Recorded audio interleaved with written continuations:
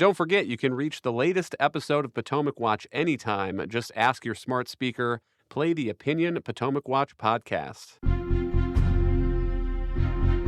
From the opinion pages of the Wall Street Journal, this is Potomac Watch. Speaking of crime in progressive cities, we should also talk about a recent action by the District of Columbia City Council. And it's a long 450-page bill overhauling the criminal code. It was vetoed by Mayor Muriel Bowser, who pointed to some of the changes, decreasing of the sentence terms, for example, for some serious crimes, including some violent crimes, I believe. Here is what she said when she vetoed the bill. None of us can be satisfied with young people using weapons and killing each other. Anytime there is a policy that reduces penalties, I think it sends the wrong message.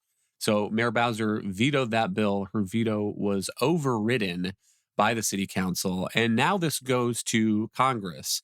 The House has passed a bill that would override, disapprove this change to the District of Columbia City Code. It's probably heading to the Senate next. And Kim, why does Congress get a say on the local laws of D.C.? Sure. I mean, you're going to have some Democrats, by the way, as this vote comes up in the House and the Senate, say that they are voting against it because they believe that D.C. should be free to make its own rules. But that's not the deal. The deal in the Constitution is that because D.C. is the federal seat of government, that Congress has ultimate ability to step in and have a say in any laws that are passed. And that makes a lot of sense if you think about it. If you had a DC city council that was in some way passing laws that was impinging on the ability of the federal government to actually do its work, that would obviously be a big problem, which is something that the founders considered. And so you have this ability for Congress to step in. So you're going to have some Democrats who claim, oh, home rule, they should be allowed to do what they want to do. But this is one of those situations where it does seem to make sense for Congress to have a say, given that the members of Congress are being expected to live in and around a district that is taking some pretty crazy steps when it comes to the management of its criminal code. Yeah, I would point to the Constitution, Article 1, Section 8, Clause 17. It gives Congress the power to exercise exclusive legislation over the District of Columbia. And the reason of that is that it's the seat of the federal government.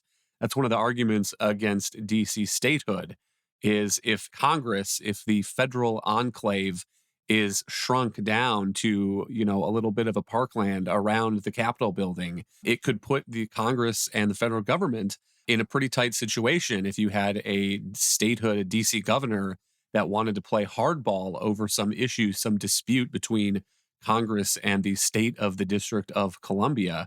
And so to me, this makes sense. And the way that the Constitution is written, Congress almost can't give up entire control of DC legislation to the city council.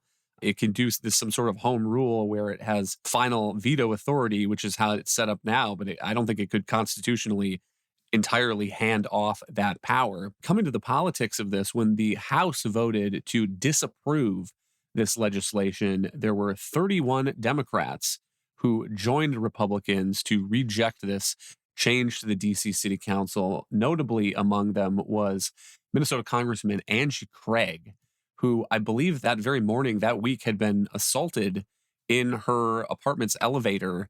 She had gone down to get some hot coffee, and a guy followed her in the elevator and attacked her. Apparently, she had some bruising. She poured the hot coffee on the attacker, and that was part of the way that she was able to escape. But Colin, it does seem to me that this vote now coming in the Senate is going to put some Senate Democrats in a tight spot, because I would imagine that many of them don't agree with these changes, these lessening of penalties in the DC City Criminal Code. On the other hand, it would take some backbone to stand up to the progressives among them who are probably on board with it. That's for sure. Look, these issues are, of course, very present for anyone who's working in Congress, just as they are for anyone else who's living in D.C. I think also, to address some of the merits here, Kyle, the changes in the D.C. Criminal Code, which included reducing mandatory minimums, those laws are very similar to what progressives have been experimenting with nationwide in a lot of different cities, as we've talked about. And reducing those sorts of penalties on criminal offenses is a big deal. When you combine them with a situation where law enforcement is sort of set back on its heels, it's really a recipe for a significant surge in crime. I think it's important to note here that for all the allegiance that the left has to the idea of getting rid of mandatory minimums, that whole sort of coalition was built out of the idea, out of the narrative that the jails were filled with nonviolent drug criminals. But that's not what we're talking about here in Washington. They're talking about getting rid of mandatory minimums for violent offenses like carjacking. So to get back to what you're saying about the members, I think it's in some ways it should be easier maybe than it is to face up to these basic criminal issues that are now plaguing their cities. Let's listen to a clip of Senator Bill Hagerty, Republican, at a press conference last week explaining why he is sponsoring this legislation to disapprove the D.C. crime bill. In our nation's capital, Congress has a constitutional obligation to preserve law and order because Americans travel here from all over the country to meet with their federal representatives. They shouldn't have to worry about their safety. The D.C. Council's bill makes our nation's capital less safe for residents, for employees, and people that would visit us here from around the country and from around the world. Under the U.S. Constitution, Congress is responsible for governing the District of Columbia. Some of that authority has been delegated to the D.C. government, but Congress retains the authority to review and to take action on D.C. laws. There's a news story on Tuesday also that West Virginia Senator Joe Manchin, a Democrat, is planning to vote for the disapproval bill when it arrives on the Senate floor. So, Kim, what do you make of this? I'm starting to think that this bill is probably going to pass Congress, and then I guess it goes to President Biden's desk, and the president has to make a decision. Again, I think he's in a tight political spot, make a decision about whether to veto it. It is going to pass if Manchin holds true to his word because of the math and the dynamics in the Senate right now. Under this particular voting situation, they only need a simple majority to pass this. Right now, Pennsylvania Senator John Fetterman is receiving inpatient care at Walter Reed, so he is out at least for the next few weeks, and we expect to see this vote come up in the next week. So if Manchin is joining the Republicans, that would likely give them their majority. And by the way, I would expect that he may not be alone. Manchin is up for re-election next year, but so, for instance, is John Tester out of Montana. This is going to be, I think, a tough bill for him to vote against as well, too. So then it goes to the White House, and that's a really open and interesting question, because while the White House has come out and expressed its support for D.C. to be able to make these changes on its own, it did not issue an explicit veto threat. And that, to me, is an indication that the White House knows it's in a tough spot here. You've got Republicans who very much want to make this a straightforward question of where Democrats stand on crime. I saw Mitch McConnell took to the floor the other day and he said, quote, "That's the issue here, a binary choice. Should we be softer on crime, like Democrats want at the local, state, and federal levels, or should we be tougher on crime like Republicans and the American people want?"